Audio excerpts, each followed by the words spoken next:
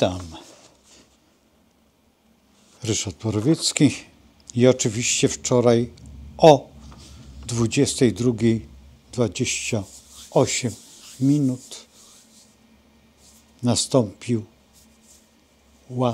pełnia. Bardzo ważna pełnia, ale ona się spełnia dzisiaj, czyli dokładnie 16 listopada 2024 roku i będzie trwać. Teraz to jest problem, bo powinno trwać 24 godziny, tak jak normalnie doba. Czy będzie tyle trwać? Będzie więcej. Będzie dużo dłużej. Ja zresztą wczoraj zarówno jak i na filmie, tak i tutaj na live'ie, czyli na żywo, dużo mówiłem na ten temat. I właśnie co najciekawsze, że to tak wygląda ten nasz układ planetarny i musimy zwrócić uwagę przede wszystkim na tę koniunkcję Urana z Księżycem i automatycznie Urana w opozycji do tych działań, które mamy w stosunku do Słońca. Wiemy o tym, że ta pełnia i każda pełnia jest magiczną rzeczą. Czy można ją wykorzystać? No, przypuśćmy w założeniu, jeżeli chcemy cokolwiek zrobić, chcemy coś zbudować, to co jest, to nie ten czas. Ale realizacji to jest właśnie czas. I ta realizacja została jakby przesunięta w czasie i to jest bardzo mocno poprzez właśnie władcę naszego Skorpiona, czyli planetę Pluton, która jest w opozycji w stosunku do Marsa. I ponieważ tutaj mamy pełnię i tu mamy plutoniczno-marsową, można by tak powiedzieć, pełnię, więc dwie siły zaangażowane. Zaangażowana siła przede wszystkim wodnika i lwa lub też jak chcemy, ponieważ odbywa się ta sytuacja tutaj w takim punkcie, że Pluton jest na pograniczu koziorożca i wodnika, no więc może być na pograniczu, a Mars jest w tej chwili w lwie, ale poprzez retrogradację także znajdzie się i powolne działanie Plutona w raku. Więc to będzie ten balans.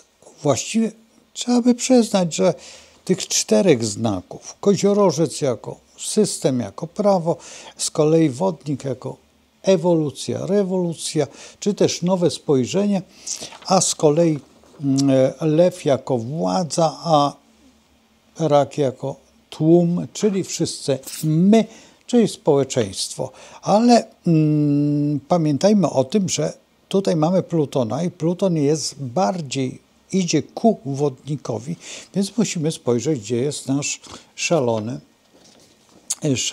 Uran. I Uran jest przy Księżycu, czyli przy ludziach. Czyli to, co się dzieje w tej przestrzeni, to się przestrzeni naszej wyobraźni i nie tylko wyobraźni, bo najbardziej marzeniom. Dlaczego marzenia? Dlatego, że to jest pełnia.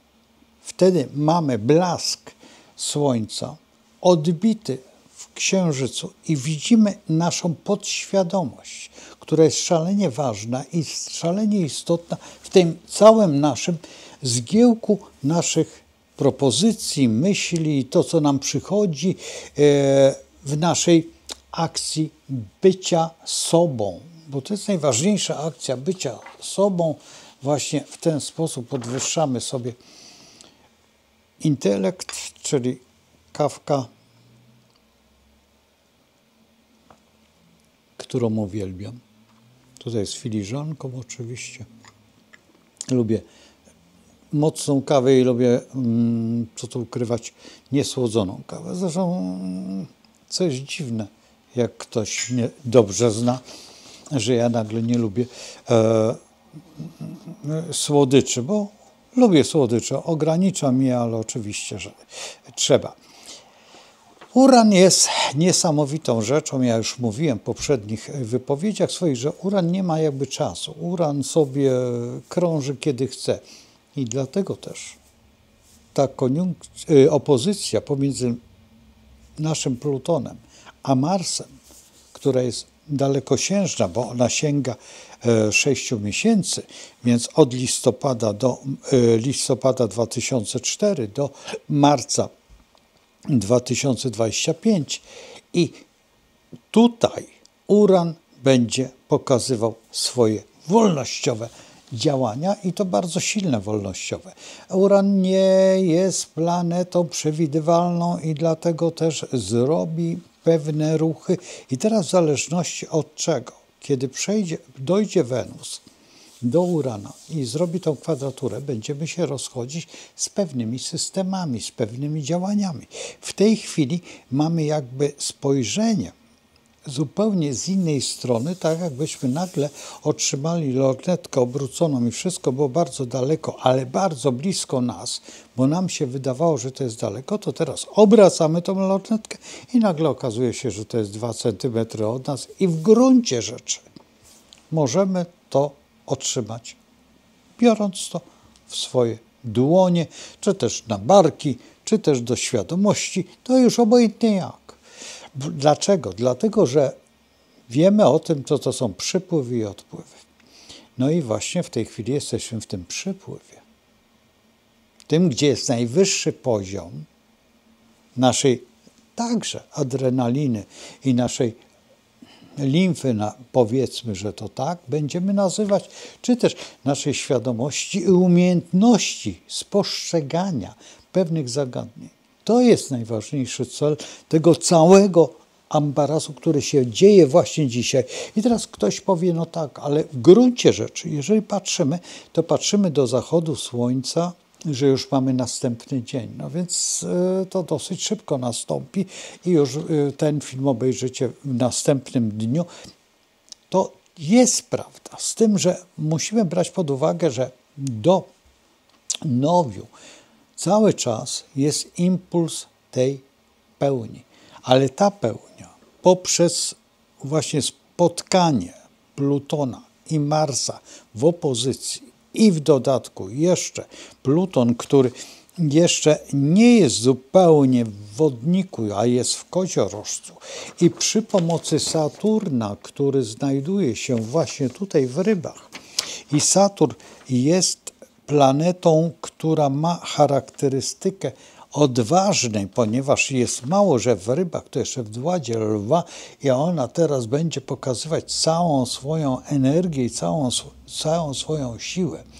I umiejętność przecinania, odcinania, bo Saturn właśnie ma tą zasadę cięcia, tą, którą odkrył znakomity astrolog Newton, który wiecie o co chodzi, bo jabłko mu spadło w linii prostej i definicja powstała.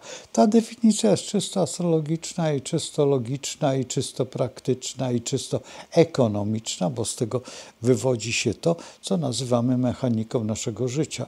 No jeżeli dostaniemy tym szlachetnym owocem, a także ten szlachetny owoc nas wypędził z raju. No więc poprzez pewne intrygi i pewne działania, ale także i w pewnym momencie świat przyrody też nam troszeczkę nie sprzyja, bo możemy gdzieś za miskę soczewicy ktoś zabił kogoś, a my jesteśmy potomkami właśnie tego, który zemścił się na tym dobrym.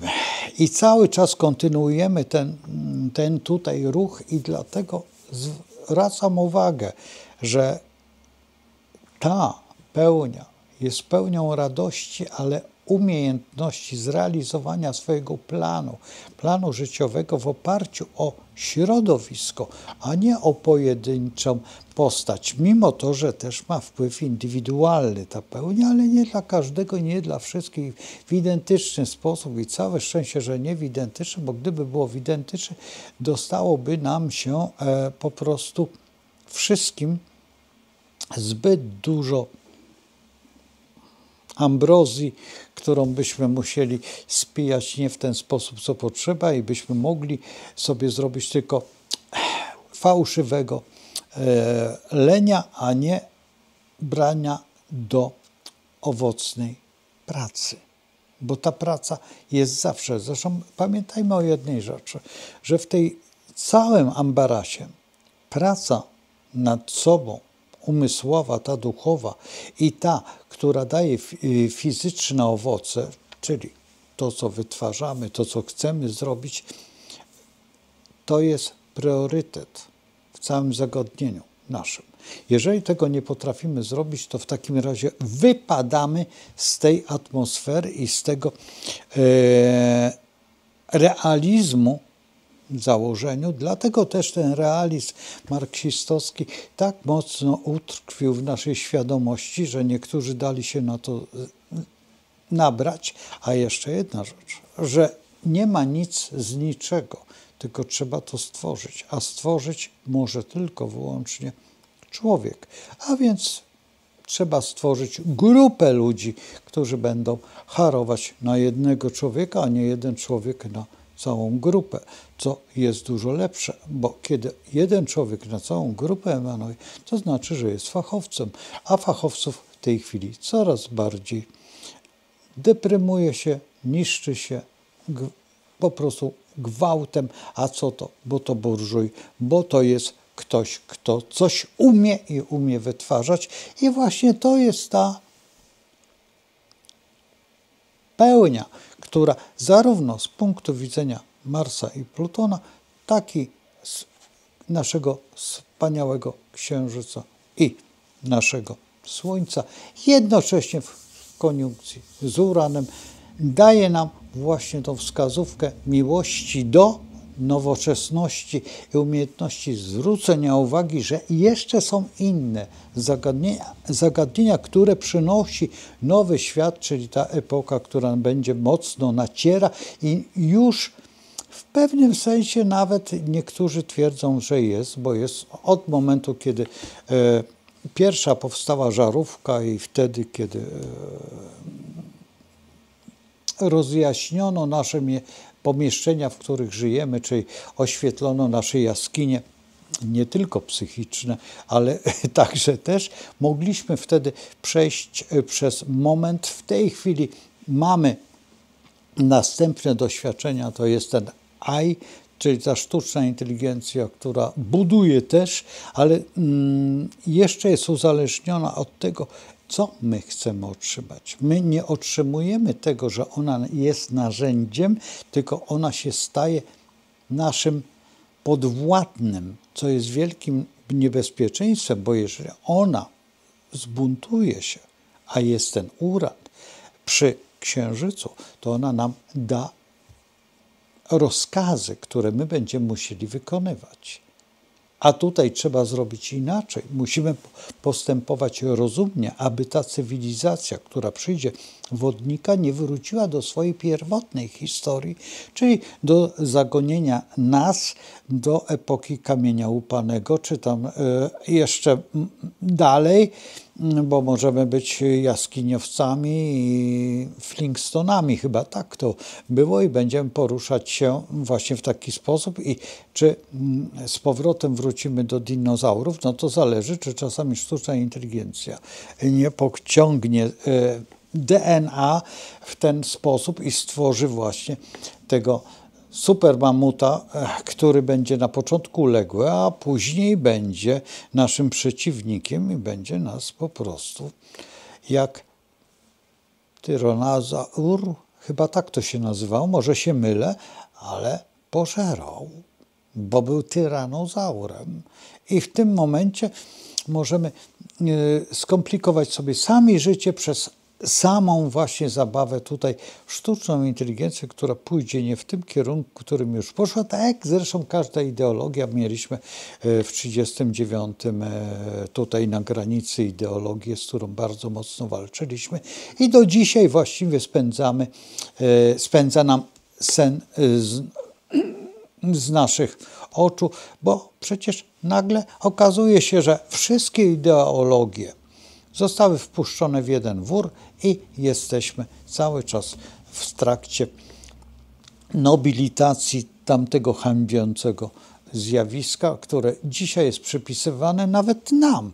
I to są właśnie te chociażby niemieckie obozy koncentracyjne na terenie Polski, co właściwie jest tylko obroną moją przeciwko tym właśnie tutaj ideologiom, które są nadal właśnie tutaj tłumaczone na odwrót w ten sposób. To właśnie robi ten uran, tak.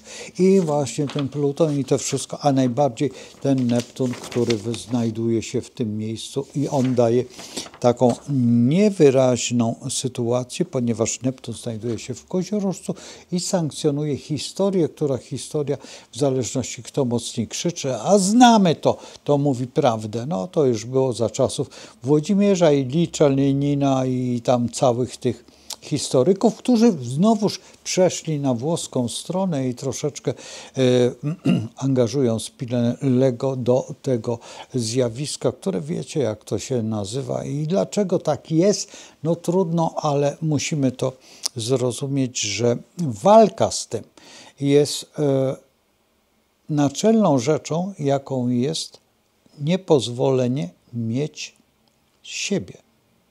Bo za chwilę stracimy siebie. I za chwilę nie zrozumiemy tego, ponieważ uran jest przyjacielem wszystkich i został wykorzystany. Wykorzystane te wszystkie. I teraz tutaj jest to przebudzenie. To przebudzenie, które mówi właśnie o tej historii. Tylko pamiętajmy o tym, że sierp i młot służy do wykuwania właśnie, a właściwie wybijania jakiegokolwiek wolnego myślenia.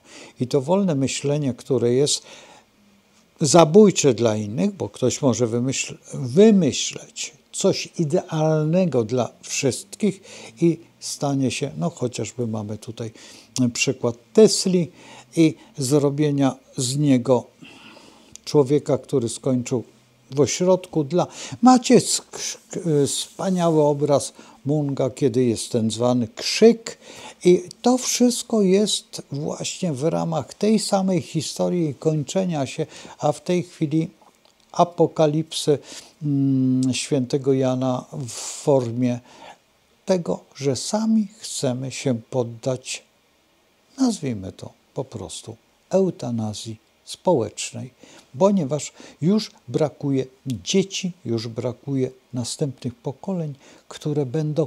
Dlaczego? Dlatego, że wymagania nam zastosowano tak szalenie wysokie i to jest właśnie rezultat tego wszystkiego, co do tej pory było. Czy to coś zmieni?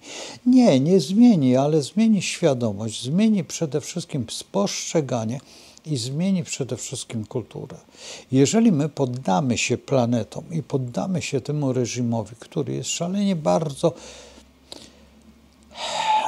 nazwijmy terminowy, bo termin zawsze jest na zasadzie, że to ma być już dzisiaj i to na wczoraj, a nie na jutro, bo jeżeli jutro, to z tego wynika, że zostanie nam tylko wyłącznie futro, a nie to, co byśmy chcieli mieć i to, co dla nas jest najbardziej społeczne, a trzeba przyznać, że tutaj w aspektach mamy taką sytuację, że Słońce jest w kwinkusie do Jowisza, co Jowisz wspomaga i tutaj w stosunku do Słońca właśnie mamy Jowisza i mamy tutaj ten kwinkus, który daje nam właściwie zamykającą stronę, czyli możemy wykorzystać to wszystko, ponieważ Jowisz idzie w tą stronę, do Słońca, więc on będzie zamykał nam te całe historie. On może dwojako pójść.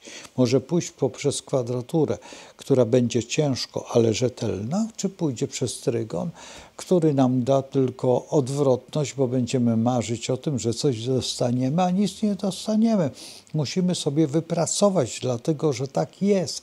Mamy siłę Plutona i mamy organizację Marsa, która daje nam niesamowite możliwości, chociażby w świadomości naszej, to co mamy, nasze odkrycia technologiczne, to co my mamy możliwości geopolityczne, kiedy mamy to wszystko w zasięgu i w dodatku jeszcze jedna rzecz, że każdy nieużytek, który jest u nas, jest użytkiem albo przynajmniej relaksem jak Tatry. Dla niektórych oczywiście, nie wszyscy chcą być w Tatrach, niektórzy chcą być nad pięknym morzem. które zdobyliśmy po wielu, wielu latach zrozumienia tego, że to są nasze ziemie, a nie czyjeś, bo w Szczecinie jednak, co tu ukrywać, ale to gród nasz, chociażby Kołobrzeg, katedra nasza i nie tylko to, ale jeszcze wiele, wiele więcej. No i ktoś zapomniał o Łużycach, które znajdują się po drugiej stronie Odry i żeśmy zostawili naszych biednych Słowian gdzieś tam na mękę i męczarnię narodu, który tylko umie szczekać. No i to też musimy pojąć, że to jest termin nie byle jaki, bo to jest nasz ogniem i mieczem, czy też język, który świetnie fechtował nasz najznamienitszy mędrzec i od kufla i od szabli, czyli pan Zagłoba, a nie kto inny. I na nim powinniśmy wzorować nasze jurysdykcję do wolności i przede wszystkim do swawoli, które dają przyjemność rozrywce oczywiście. I tutaj mamy kwinkus już opanowany, mamy opozycję do Urana, cały czas rozmawiamy o tym, ale jest trygon Słońca do Neptuna. Fantastyczna sprawa, bo ten Neptun daje nam iluzję, a my z niej czerpiemy fantazję, romantyzm i świadomość tego, że możemy tego nie mieć, bo jest to po prostu we mgle tylko znaczenie, ale mgła jest przykrywką i to jest dobre, że można zamglić całą świadomość czyjąś lub puścić mu taką bajkę, że on tego nie zrozumie, a potem, kiedy się ocknie po narkotycznym śnie, wyobraźni swojej stanie się klakierem głupoty albo sprzymierzeńcem naszym.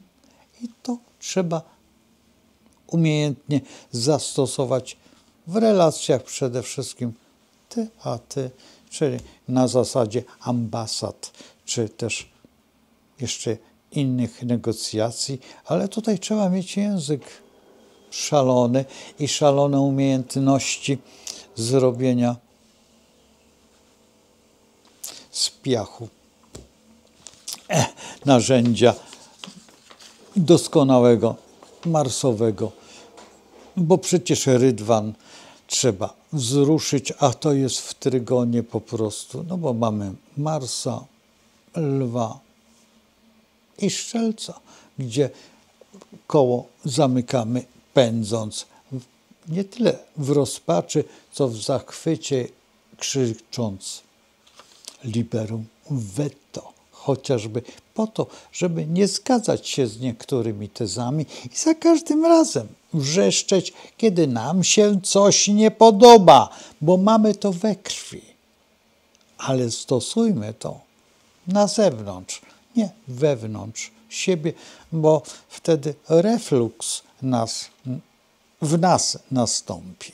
No więc w tym momencie musimy zdecydować się, Słońce jest w kwadraturze do ascendentu tej chwili i to jest najważniejsze, że bierzmy się wszyscy do pracy, rodacy i jak za Gierka albo za króla Łokietka, czy Kazimierza Wielkiego, Karola, mi się przypomniało, ten francuski. Nie, zostawmy go w spokoju. Myśmy też tam byli na tronie, co prawda nasze kobiety, ale we Francji, ale doprowadziliśmy też do pewnego zdegradowania francuskiego weta, a potem nie udało nam się zrobić z pani Waleskiej, pani Napoleonowej, ale bo miała Waleskiego za męża i była podstawiona tylko po to, żeby... Ale Napoleona Małego zostawiła oczywiście, który pretenduje do tego wszystkiego i to też nam się opłaca, ale zostawmy, mamy kipi gdzieś tam w Czoszynie i to jest ciekawsze, bo tam są zapisy, co nam się należy gdzieś na obczyźnie, albo kogo my mamy tutaj w naszym arsenale podświadomości jednocześnie fantastycznej szlachetności. To trzeba brać pod uwagę. Księżyc z kolei w koniunkcji z Uranem, to już wiemy, to wszystko w wspaniałym układzie oczywiście z Neptunem, bo w sekstylu i w trygonie do Plutona, księżyc do Plutona, to tylko marzenie, bo to jest ta energia, że nie ruszamy tego bez żadnej wolności. Samo się prosi, samo się wytworzy. Więc społeczeństwo nie musi żądać.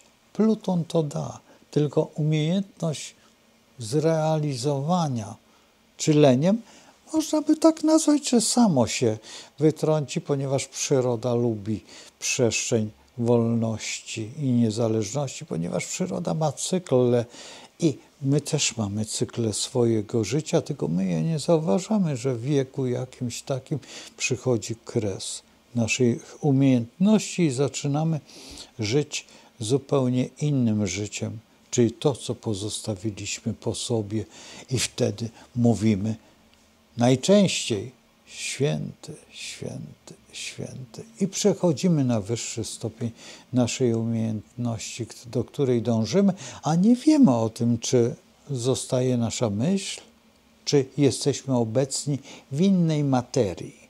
A chyba jest coś w tym, bo Ramzes jak zawsze pyta się, czy ten Fog jeszcze u nas śpiewa, a Marks stworzył dzieło, które cały czas ten kapitał komuś doskwiera i ciągle uważa, że to jest największe dzieło i przerosło wszystkie księgi na świecie.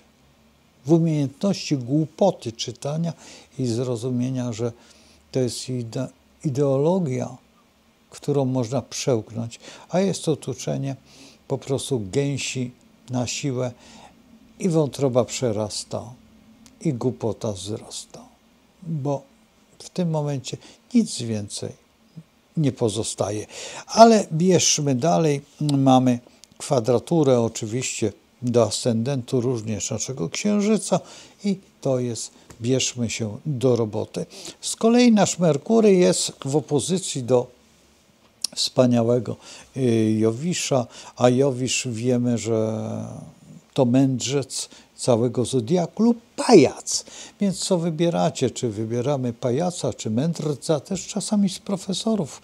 Albo profesorzy sami dzisiaj się robią pajacami historii, chociażby tak jak ostatnio ten, który zakupił nam tyle dziwnych rzeczy, takich oddechowych i nie tylko, ale także jakichś tam nierozsądnych, w ogóle nieprzebadanych nigdzie specjałów, co dzisiaj się rozgrywa to na arenie już sądowej.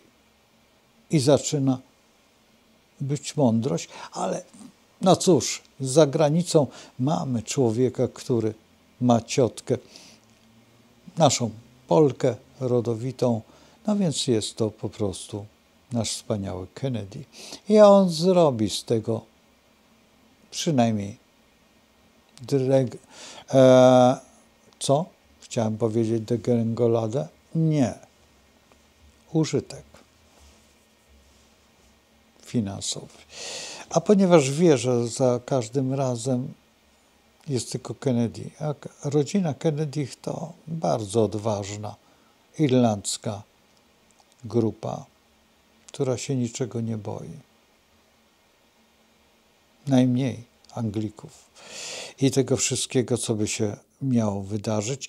Merkury w kwadraturze do Saturna liczy słowa i dobrze traktuje. Saturn jest w dobrych rękach, bo jest w Lwie, ale w Rybach.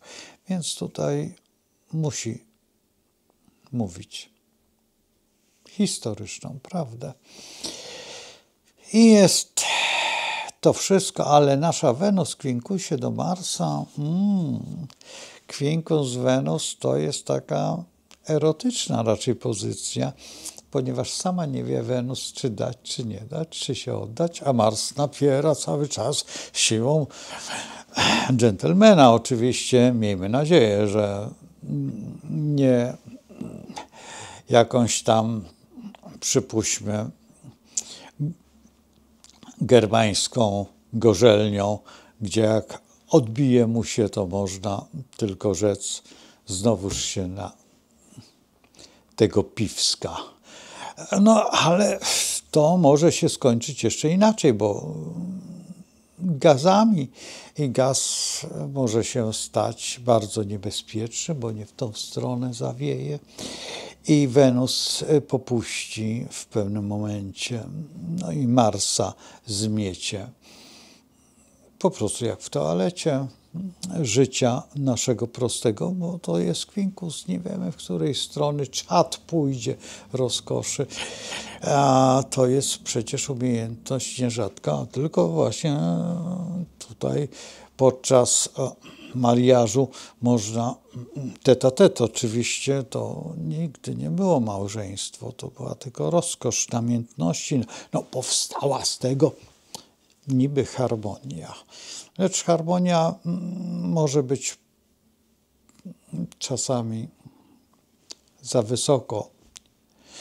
Dźwięk jakiś i obstrukcja nastąpi. Jak u tego carskiego organisty. Za wysoko wziął i się... No cóż, czasami i taki koncert musi się odbyć. Jest Wenus oczywiście także w trygonie do medium celi, co daje w pewnym sensie właśnie takie lukrowane ciasteczko, ale Mars jest za to w trygonie do Neptuna, co jest wspaniałą rzeczą, tylko że ciągnie za tym się katar katastrofalny i trzeba tutaj poddać na jakiegoś specyfiku, jak Zagoba najchętniej by podał, miód z pajęczyną wymieszany na rany, bo żeby Mars nie dostał żadnej gangreny, ponieważ jest w opozycji z Plutonem i może podskoczyć zbyt egzystencjonalnie. Trzeba spokojnie, drogi Marsie, przecież jesteś odważny i jesteś nieśmiertelną planetą, więc bierz się do roboty. Jowisz z Saturnem w kwadraturze. Nie można nic powiedzieć złego o tym, bo lepsza kwadratura niż koniunkcja, już Panie Boże, opozycja, ta kwadratura przynajmniej nie ogranicza i nie wiemy, co wygra, czy czas, czy wielkość, czy popchnąć, czy pociągnąć. Są różne metody, żeby przesunąć głupotę w odpowiednie miejsce i nabrać rozkoszy rozsądku, bo tutaj czasami brak, a czasami też nie wiemy jak, ponieważ Jowisz jest w dładzie koziorożca, więc jakby na Saturnowym miejscu, a z kolei nasz Saturn jest w Lwie. Dładzie oczywiście Lwa, ale w Rybach jest troszeczkę słabszy. Więc zostawmy to gwiazdą, niech planety rozstrzygną, jak rozegrać tą szansę, a możemy w tym spokojnie dopomóc, dlatego że Uran w sekstylu do Neptuna oczywiście daje Uranowi wyższość, dlatego że Neptuna czas już przechodzi. Neptun jest w koziorożcu, tylko zdaje rezultat, a Uran jest w Rybach, w znaku byka i on się tylko w tej chwili uczy, jak przyjąć tę epokę w swoje ręce i zastanowić się, jak wycisnąć prawdę dłońmi. Ale na to mamy czas, bo Uran jest taki, że on troszeczkę lubi pomału sięgać. W dodatku jest w trygonie do Plutona, co zdaje nam relację oczywiście prawdziwą. Uran w trygonie z Plutonem, to tak jakbyśmy mieli i chcieli pojąć pewne historie, a tutaj Pluton jest w koziorożcu i jeszcze w dodatku w dładzie Strzelca, czyli wie, co robi i jakie ma intencje, a musi to wszystko zmasakrować i zmielić, bo widzicie, co się szykuje i na ile głupota chce królować w tym całym zabiegu, a zabieg jest tylko jeden mądry. Urzeczywistnić normalność. Normalność jest fantastyczną rzeczą, kiedy Neptun jest z kolei do jednej rzeczy, a Uran jeszcze jest w kwadraturze do ascendentu, co też świadczy o tym, że on musi uważać na siebie, żeby nie stać się czymś na znak głupoty, a przecież jest w byku, a daleko mu do siebie, bo też jest w kwadraturze w swoim, więc musi wykonywać prace zgodne z harmonogramem planetarnym oczywiście, którego, czy my to znamy, to jest chybił, trafił, to lotek, ale pamiętajmy zawsze, że przyroda wygrywa i jak się przyglądamy w tej chwili, ona odgrywa najważniejszą rolę w całym tym dziwnym środowisku.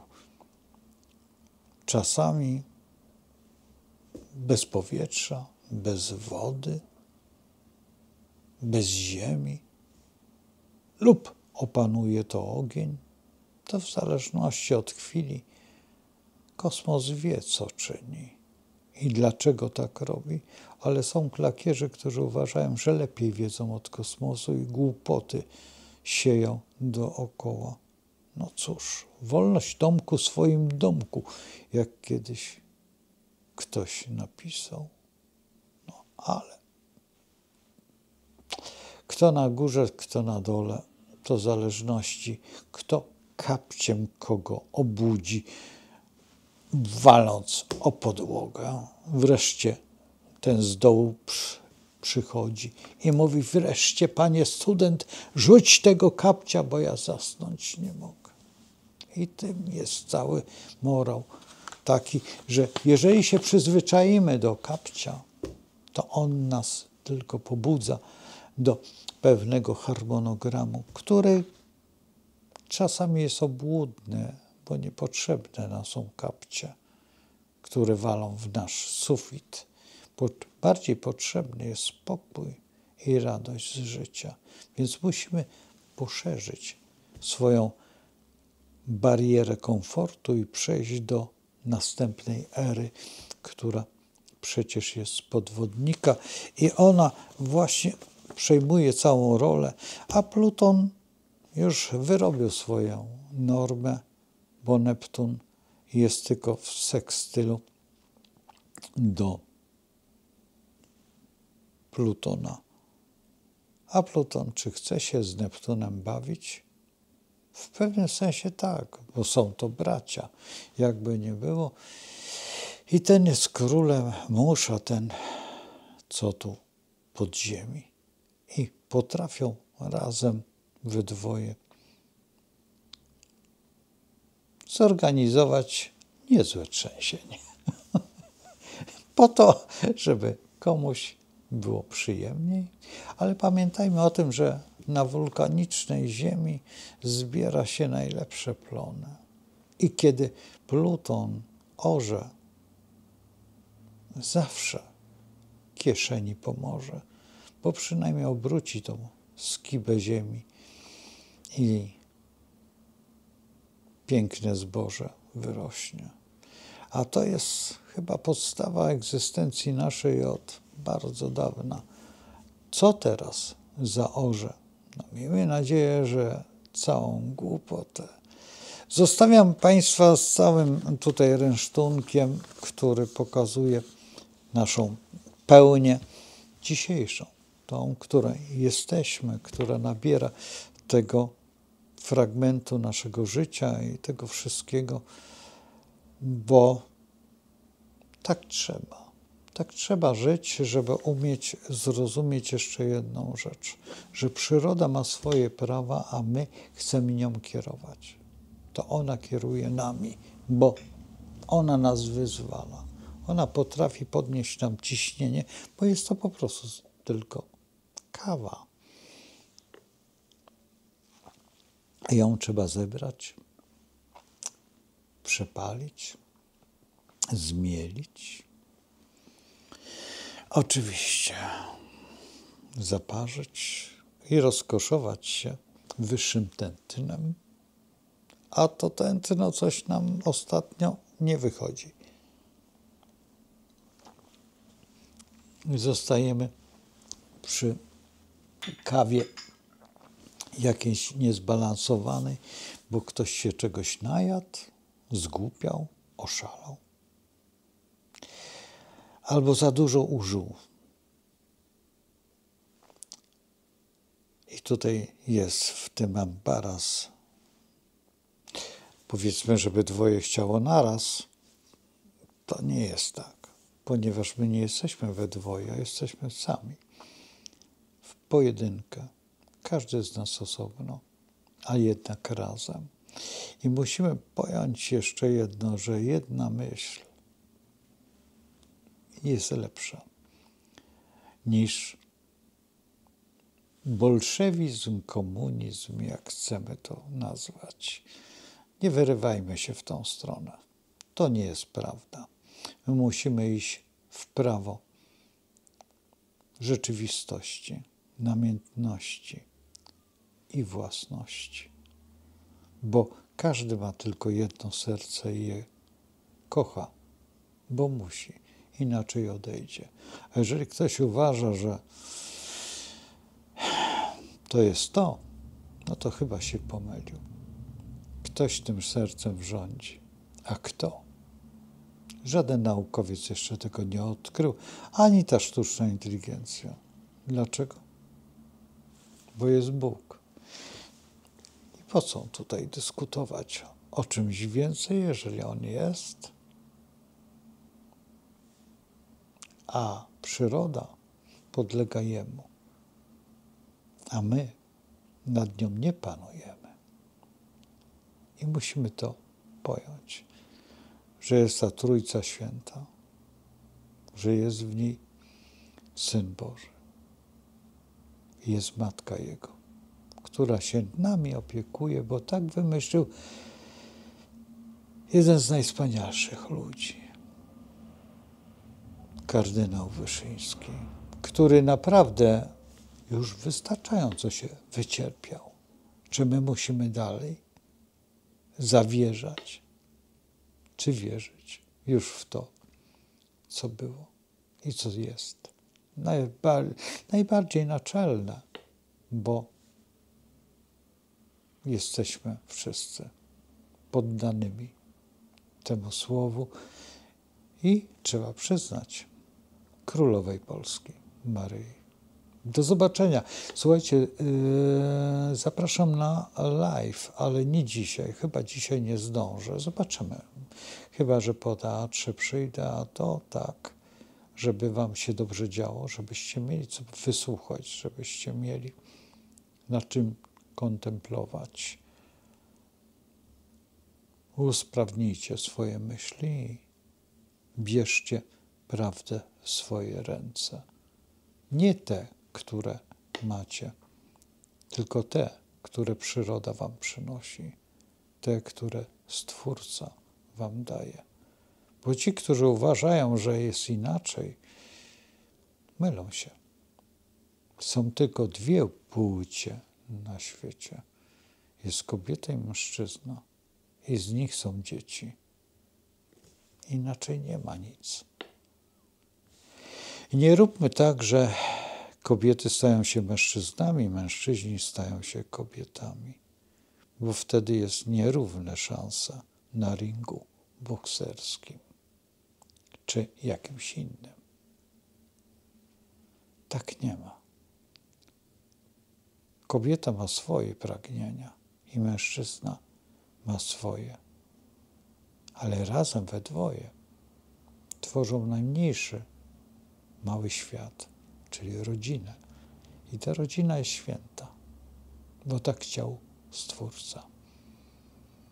A tak jest w przyrodzie. Do zobaczenia. Z Bogiem. Zostawiam Was z bardzo prostym problemem. Bądźcie sobą i twórzcie organizację pomocy drugiemu człowiekowi, bo może on potrzebuje. A to jest najważniejsze, żeby podać mu rękę, nawet jak zwątpił, nawet jak się pomylił. Bo sporo się pomyliło. Zostało nas naprawdę garstka. Z Bogiem jeszcze raz. Trzymajcie się.